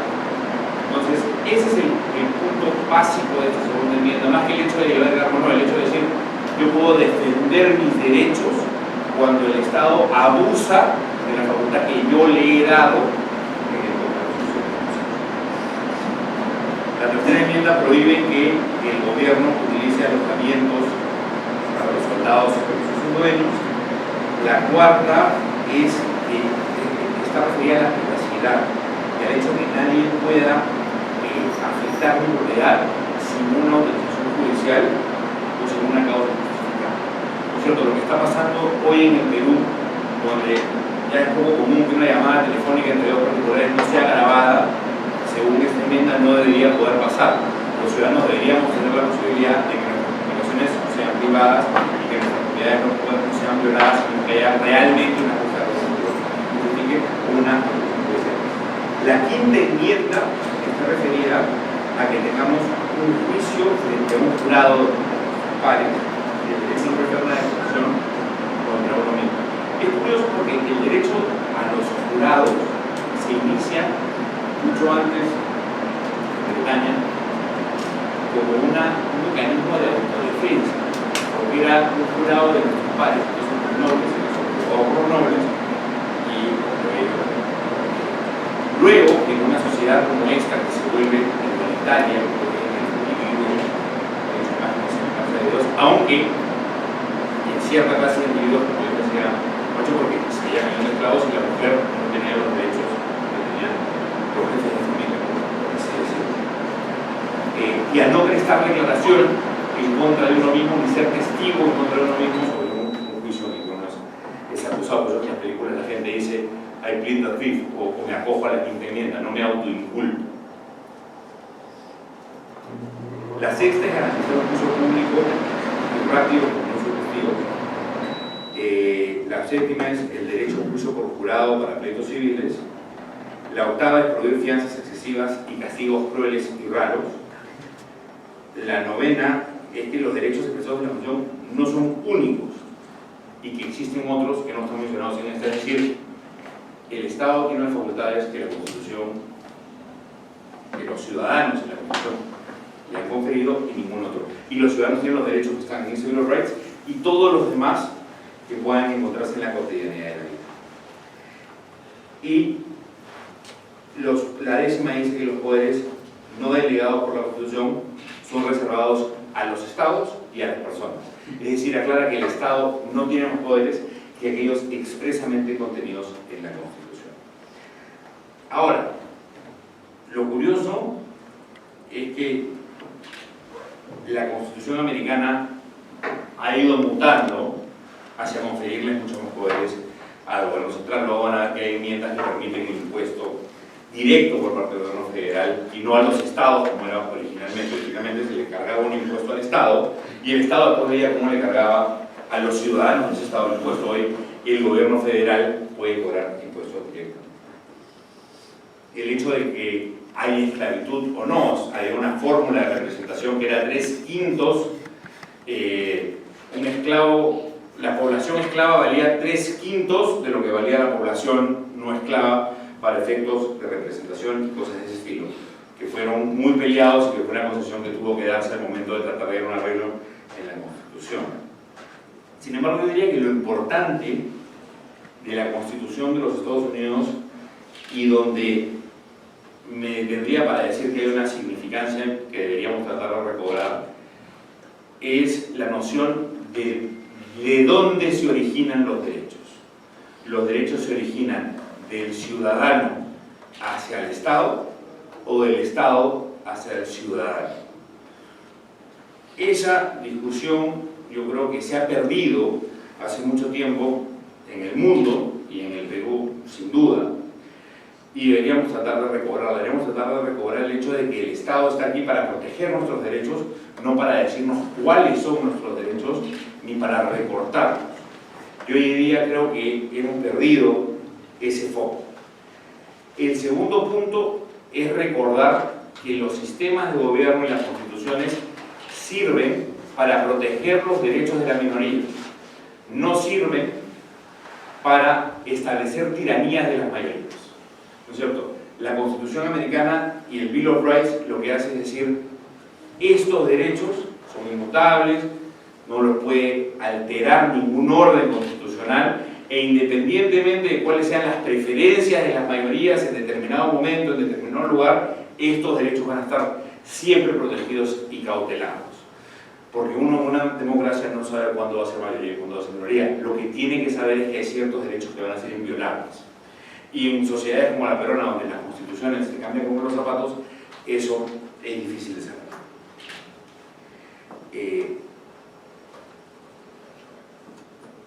Y finalmente, diría que la Constitución americana nos permite, dada la experiencia, comprender cómo los seres humanos pueden, cuando un Estado respeta sus derechos y sus características individuales, desarrollar un gran sentido de patriotismo. Yo creo que el hecho de que el Estado respete los derechos de las personas hace que las personas se sientan parte del Estado y no se sientan agredidos por el Estado, que no es algo que podamos decir pase en nuestro país. Gracias.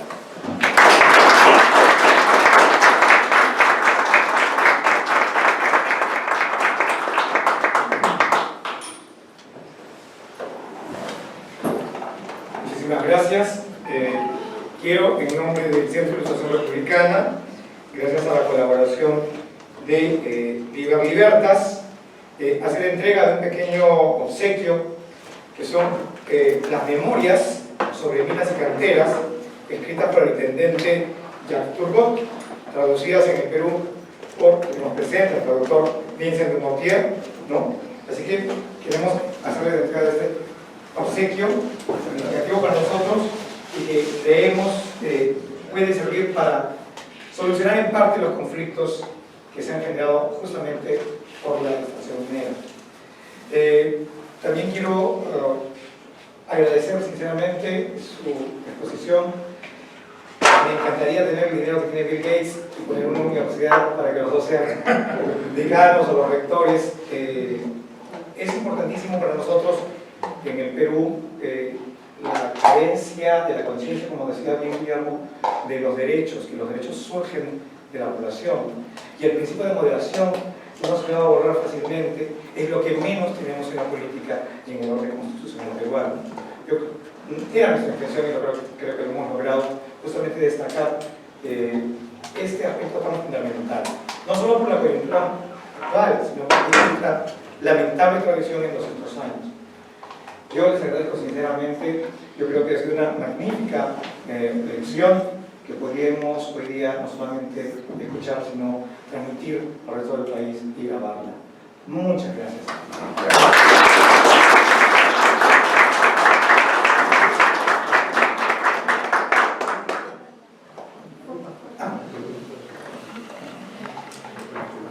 Sí, perdón, preguntas por favor. La emoción, hay tiempo, todavía tenemos preguntas, por favor, para los escritores.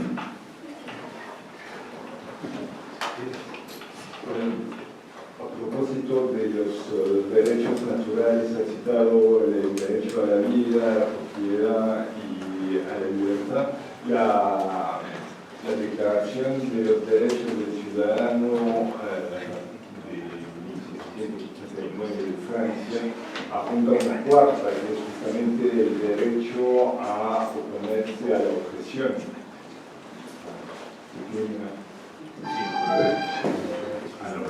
De hecho, también, si no recuerdo mal, la Declaración de Independencia habla de la igualdad, pero esa igualdad se refiere a la igualdad ante la ley, no la igualdad como se usaba.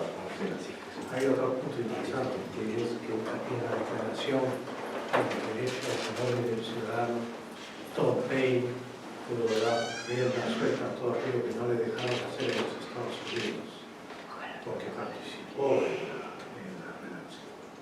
Y entonces la posición de Paine, digamos, era más intensa, por decirlo de alguna manera, en términos liberales, que la prudencia que todo el proceso de la guerra había producido en los Estados Unidos. Entonces, la Declaración de los Derechos del Hombre y del Ciudadano, digamos, además es universal, no es solo una declaración francesa, es que el Bill of Rights está circunscrito a los Estados Unidos de América. Incluso la doctrina washingtoniana es no tener nada que ver con eso.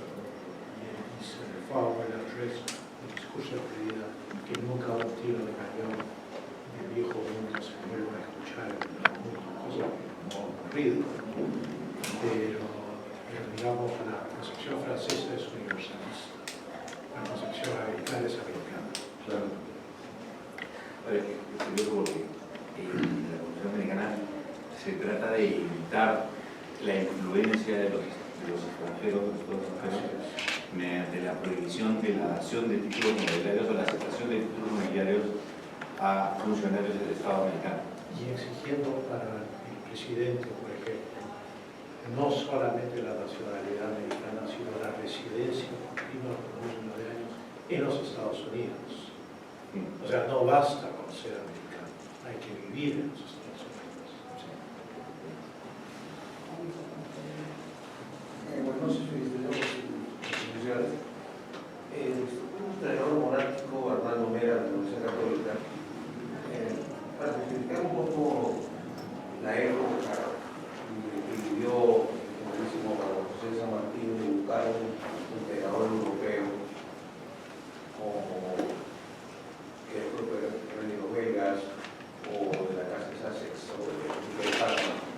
Argentina buscaba un descendiente inca para hacer. Y se descubrió que Washington quería para Estados Unidos un emperador prusiano, ¿no? Y lo que decía es que no querían cambiar un monarca con otro monarca. ¿Cómo se explica? Pero sobre eso, vamos primero a Washington. Solo el Estado de Nueva York tenía las intenciones de convertir a Washington en monarca, porque el Estado de Nueva York era el más monárquico Estado de las tres colonias. Pero hubo una oposición cerrada, incluso al mismo Washington. Respecto a él, y obviamente también respecto a la tesis del emperador prusiano. Y entonces la idea de tener un monarca fue completamente descartada en los Estados Unidos. El caso sanmartiniano es un caso muy curioso. La historia empieza en Argentina, es Belgrano quien plantea esta tesis de buscar un descendiente de los incas, porque para contrapesar al imperio del Brasil y a la Gran Colombia, que son dos estados gigantes que se han formado en América, decide que hay que formar la Federación de los Andes, integrada con la Audiencia de Charcas, que ya está incorporada al Virreinato de la Plata, la Capitanía General de Chile y el Virreinato del Perú, y que esta Federación de los Andes debería tener un monarca que pueda probar que es descendiente o que su ascendencia lo lleva a alguna de los matrimonios entre los españoles y las joyas profesadas por los jesuitas en el siglo XVI. Pero este plan es temprano en Argentina, pero para 1821, cuando llega San Martín acá, este plan es imposible, porque ni los Estados Unidos de América ni Inglaterra van a permitir que se establezca un monarca europeo en América. Canning, en el Congreso de Verona, dice: Inglaterra ve con buenos ojos la creación de las repúblicas americanas, y si son inglesas, mejor. En el fondo es una guerra geoestratégica propiciada por Inglaterra para crear una nueva situación en el Nuevo Mundo.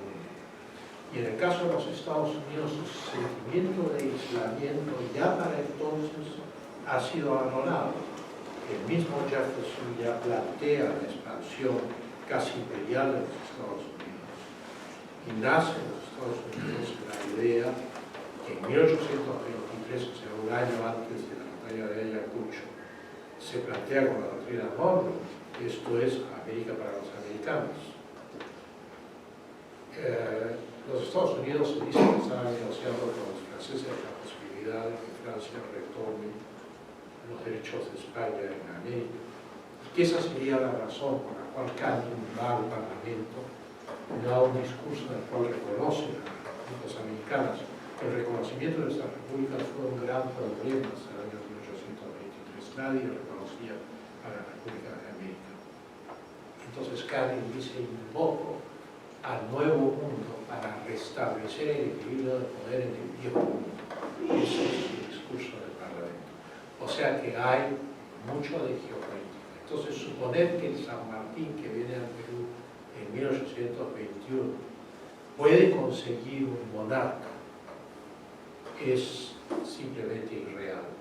O sea, ya la decisión norteamericana y la decisión inglesa para 1821 están absolutamente cristalizadas respecto al hecho de que no van a haber monarcas europeos en las Américas. Eso es final, inapelable. Para 1824, cuando se produce la independencia del Perú, el único camino es el de la República. ¿Cómo será la cosa? Que cuando San Martín llega al Perú, Belgrano le escribe a Rosas, que es un oficial joven, pero su heredero político, y le dice: San Martín nos ha traicionado. O sea, es perfectamente consciente que San Martín, al venir al Perú y luego de la entrevista de Guayaquil, ha entrado a la esfera anglosajona y que ya no va a haber monarquía en América. La razón por la cual el sol está en la bandera argentina y en heráldica argentina se llama el sol de los incas es porque era el símbolo que también tenía el Perú en la bandera sanmartiniana y en la de Torre Tagle, que Bolívar elimina. Ahora el Congreso ha sacado un libro sobre el Estado Nacional que no dice es que había un enorme interés geopolítico en eliminar ese escudo nacional peruano y sustituirlo por un escudo nacional que desde mi punto de vista, y me van a perdonar porque es antipatriótico, es anodino. O sea, la vicuña, el árbol de la quina, la cornucopia, ok, tenemos recursos naturales, ¿y qué significa esto? ¿No? Mientras que el sol que estaba en la bandera peruana que San Martín puso saliendo por el oriente, sobre los Andes, y luego que Torre Tagle puso en la Perú, sí representaba una continuidad histórica de la nación peruana, simbólicamente, desde antes del virreinato. Se ha establecido un continuo histórico, que es convenientemente obliterado en 1824. Sobre Washington, Washington insistía en ser llamado solo presidente. De hecho, se discute en algún momento, según entiendo John Adams, que era el vicepresidente y presidente del Senado, propone como tema de discusión cómo llamar al presidente, y Washington insiste que solamente sea el señor presidente, nada más que eso. Él preside la convención para hacer la constitución, en donde se limita muchísimo el poder del Estado. Él deja voluntariamente el poder, a pesar de una popularidad inmensa, haber podido morir en el poder, como en su momento lo hizo Franklin Delano Roosevelt, y además él deja una frase para la posteridad que dice algo así como que los Estados Unidos tendrían que mirar con mucho recelo a los gobiernos de otros países que, celosos de la libertad que tienen, pueden tratar de influirlos para mal o algo así. Entonces, yo no veo en Washington ninguna intención monárquica. ¿Qué dice la Constitución americana con relación a la inmunidad parlamentaria? es la misma que la del presidente de los Estados Unidos, salvo condena, soborno, traición, impeachment, en fin, conducta pública ofensiva, digamos. Salvo esos casos, hay inmunidad.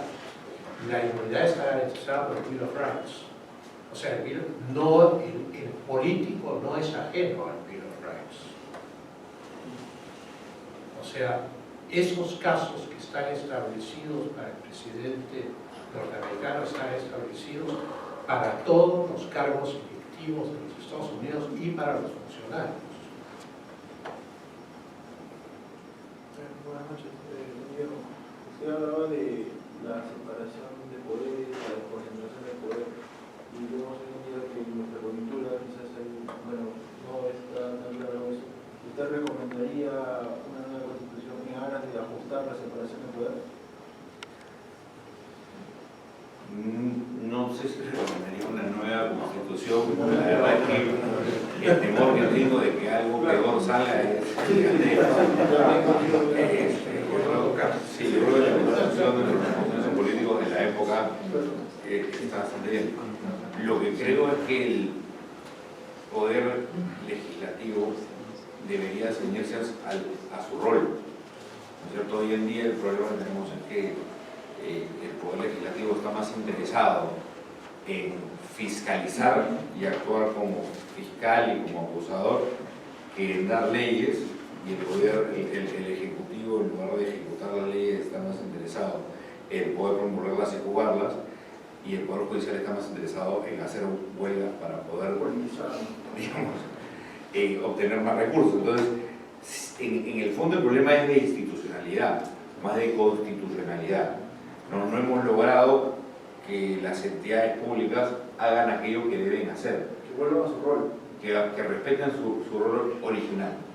Y en parte, porque al tener una institucionalidad tan precaria, lo que termina pasando es que las componendas y las negociaciones que se dan para satisfacer a los diversos grupos de interés terminan perpetuando la situación de carencia institucional, ¿no? Hoy tenemos un país que está gravemente en una situación de informalidad absoluta, y claro, los electores no quieren formalidad, por lo tanto los publicistas no van a buscar formalizarlo, y el Estado lo que quiere es tener más dinero para poder seguir manteniendo a aquellos que viven a costa del Estado y apretando a una clase formal que no reclama los derechos que tiene, ¿cierto?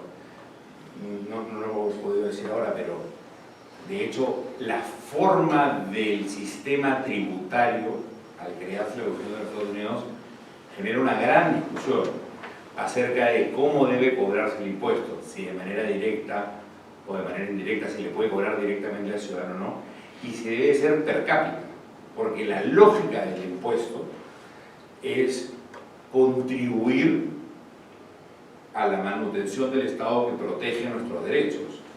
Y como protege nuestros derechos por igual, no debería ser que unos paguen más que otros. Por eso, por ejemplo, le costó a Margaret Thatcher la posibilidad de seguir siendo Portas. Entonces, hay una carencia institucional muy grave que deriva del hecho de que la gente está más preocupada en tratar de vivir a costa de los demás que en hacer que sus derechos sean respetados. Además, pues yo fui constituyente y se decidió descartar la Constitución del 79. La Constitución del 79 tenía 3 artículos muy inconvenientes que le permitían al Estado reservarse los sectores de la economía que considerara conveniente, que le permitía hacer la planificación de la economía e intervenir en la economía. Entonces esos 3 artículos combinados con la crisis de los 80 había hecho que, terminado el gobierno militar, sigamos una década más con empresas públicas, todo quebrado, perdíamos $3.000 millones al año. Pero en la parte, digamos, que no tenía que ver con la economía, que fue corregido con el capítulo del régimen económico que en estricta doctrina constitucional no debería existir, porque en estricta doctrina constitucional una constitución es las garantías de los individuos frente al Estado y la estructura del Estado, y punto final. La Constitución no puede organizar a los partidos políticos, por ejemplo. Es como si la Constitución quisiera organizar a las sociedades anónimas, es una locura. Entonces, así como, pero nosotros ya estamos totalmente confundidos, hemos entrado en la etapa total de confusión. ¿Qué es la Constitución del 93? Voy a ser muy franco sobre eso. Es un resumen de la Constitución del 79 con un capítulo del régimen económico. Ahora, ¿significa eso que es peor o mejor? No, es igual. Y la del 79 a su vez respecto a la del 33 y la del 33 respecto a la del 20. Sería interesante si las constituciones pudiesen ponerse unas plantillas transparentes unas encima de otras y ver qué se repite en lo fundamental de todas ellas, y esa sería en el fondo la única constitución. Y luego hay lo que tú has dicho, que es fundamental, hay una convicción peruana, convicción, en todas las clases, profesores, comerciantes, todo el mundo, de que los derechos proceden del Estado. O sea, hay un positivismo intensísimo y no hay ninguna conciencia de la larga herencia del derecho natural, que en realidad comienza con Aristóteles en la Ética a Nicómaco y se cristaliza en el Digesto Justiniano con la frase sum quiet tribuario, o sea, a cada quien lo que le corresponde, lo que es suyo, no lo que el Estado le da.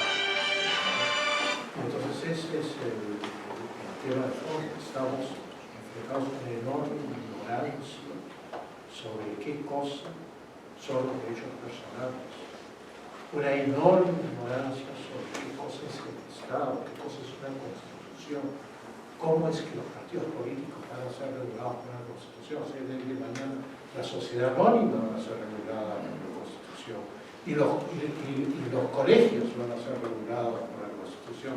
Son todos asuntos extraconstitucionales. Pero el régimen económico fue una medida de emergencia debido a la situación, ya que había que hacer algo, pero es un parche. Y luego también hubo un parche nefasto, que es que en una disposición transitoria se puso que las regiones, que los departamentos eran regiones. Y entonces el Perú se vio a la noche a la mañana con 25 regiones sacadas así como un conejo de un sombrero. Entonces lo que sucede es que estamos devorados por una ignorancia absoluta de qué cosa es una constitución, de cuáles son nuestros derechos, de dónde proceden nuestros derechos y del valor de la persona. Ese es el fondo del asunto. Y es terrible decirlo, porque claro, uno esperaría que en un sistema tan vasto de universidades y de profesores, etc., habría una conciencia, ¿no? Pero no hay conciencia. Sí, trabajando, si me permiten intervenir en eso, Silvio, por ejemplo, me ha marcado realmente cuando hubo el tema de esa pareja chilena que ha llegado a Perú y ha salido con un niño y que era un viento de aquí. Lo que para mí fue increíble escuchar los comentarios, incluso en la prensa, de decir, no, pero hay que legislar, hay que hacer algo porque hay un vacío legal, entonces no se puede hacer. Y yo estaba, pero si hay un vacío legal, la Constitución nos dice toda aquella cosa que no es prohibida, es prohibida. Entonces, ¿de qué quieren legislar? Dejen hacer de ahí. Voy a contar una experiencia para contar cómo es que se legisla. Yo, con gran ilusión, escribí en la Comisión de Relaciones Exteriores, Presión Internacional, y en la Comisión de Economía, pensaba que era importante para el país. El día de la primera sesión de la Comisión de Economía del Congreso Constituyente, reunió la Comisión de Economía y empezó a discutirse la ley del guanaco. Que el guanaco era un símbolo nacional, etcétera, etcétera, que debía ser protegido, que su exportación debía ser prohibida. Pasó toda la mañana y me fui a la hora de almuerzo con esa discusión absurda, porque guanacos hay desde el Ecuador hasta el último rincón de la Patagonia por millones. O sea, es un animal común en toda la América del Sur, desde los Andes hasta la Patagonia. Pero luego descubrí que el congresista que había presentado esto, que era el congresista Roger Cáceres, de Puno, presentaba un proyecto de ley todos los días. Porque ahí la prensa juega un rol perverso. Quienes exigen de los congresistas que legislen son los periodistas. Y dicen, este congresista no ha hecho nada, si solo ha propuesto 4 leyes. Claro, a mí. Entonces, la idea se ha creado, incluso se ha creado un término, la producción legislativa. Y entonces se mide la performance de los diputados por la producción legislativa. Los americanos sabios del siglo XIX reunían al Congreso una vez al año 4 meses para aprobar las leyes del Ejecutivo que ellos consideraran indispensables. Y los otros 8 meses iban a su casa, a sus estados. Esta idea de que debe haber una incesante producción legislativa y que yo voy a medir la calidad del legislador por la cantidad de leyes que produce sin leer las leyes. O sea, un criterio cuantitativo y no cualitativo es demencial, ya debería prohibirse. Bueno, entonces que hay una anécdota muy famosa de George Stiller, profesor de la Universidad de Chicago, un periodista del Instituto de Economía de la Universidad de Chicago, un periodista le comenta que otro economista de la Universidad de Harvard, que era Kenneth Gilbrand, había escrito 500 artículos y él solo 100. Y dice, sí, lo que pasa es que los míos todos son diferentes. Hoy en día tenemos el problema, de hecho, Montesquieu tenía la idea de que el Ejecutivo debe tener un poder centralizado porque es un órgano de ejecución y en la ejecución ya no se requiere tanta delegación, mientras que el Legislativo debe ser un órgano colegiado, porque la lógica es que si vas a emitir una ley que pueda afectar a los ciudadanos, sea ampliamente discutida y debatida. Entonces, la medición correcta de una separación de poderes no sería cuántos proyectos de ley se presentan, sino cuántos se discuten, cuántos se elaboran, cuántos se modifican los proyectos de ley que son presentados. De hecho, si uno se pone a buscar en la página del Congreso proyectos de ley, va a encontrar cosas fabulosas, como por ejemplo una ley que declara de interés nacional el uso de la bicicleta. Un único artículo, declárese de interés nacional el uso de la bicicleta, el Estado de promover el uso de la bicicleta. Y luego estas iniciativas de declarar de interés nacional ciertas cosas se han prestado también al escándalo de corrupción. Declárese de interés nacional la carretera que va de A a B en la región tal. Y entonces ya está el argumento para que el gobernador pueda empezar a presionar al gobierno central para tener las partidas, porque tiene alguien del Congreso que ha declarado eso de interés nacional. O sea, yo no sé cómo vamos a ordenar nuestro sistema político, pero la verdad es que vivimos en un estado de facto, yo opino. Sí, no, sin duda. Vivimos en un estado totalmente de facto. El Estado de Derecho es una ficción. Es una ficción. Si uno cae en manos del Poder Judicial, sea en el campo civil o en el campo penal, uno entra a una moneda infernal.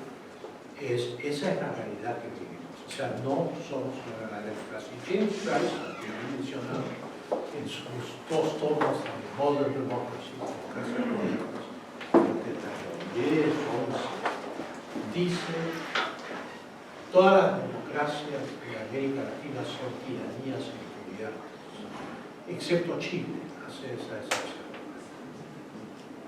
Bueno, en el libro de Joly, ese diálogo entre el infierno, hay un prólogo de François Rebel en donde él habla acerca de las democraduras, de estas democracias democracias que al final del día terminan siendo dictaduras disfrazadas de alguna manera disfrazadas por el voto popular, que es lo que hay por toda América Latina y que en Perú estamos a punto de ver. Que hablando del caso chileno, pues tal vez se distingue mucho. La diferencia entre Chile y Perú nace de su constitución, de su institucionalidad, de ambos, de su institucionalidad. Y en el fondo, en algunas cosas se parecen a los americanos. Para empezar, después de la batalla de Maipú, ellos pagan los barcos para que todo el ejército de Libertador se vaya a Chile rápidamente hacia el Perú.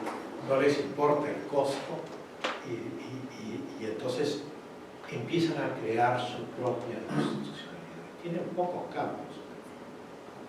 De hecho, la institucionalidad chilena es tan fuerte que se instaura un régimen económico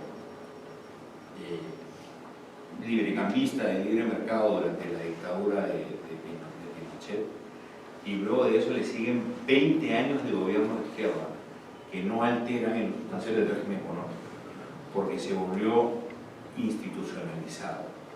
Se respeta la propiedad, se respetan los contratos, el Poder Judicial dentro de todo es un Poder Judicial no corrupto, la policía es una policía no corrupta.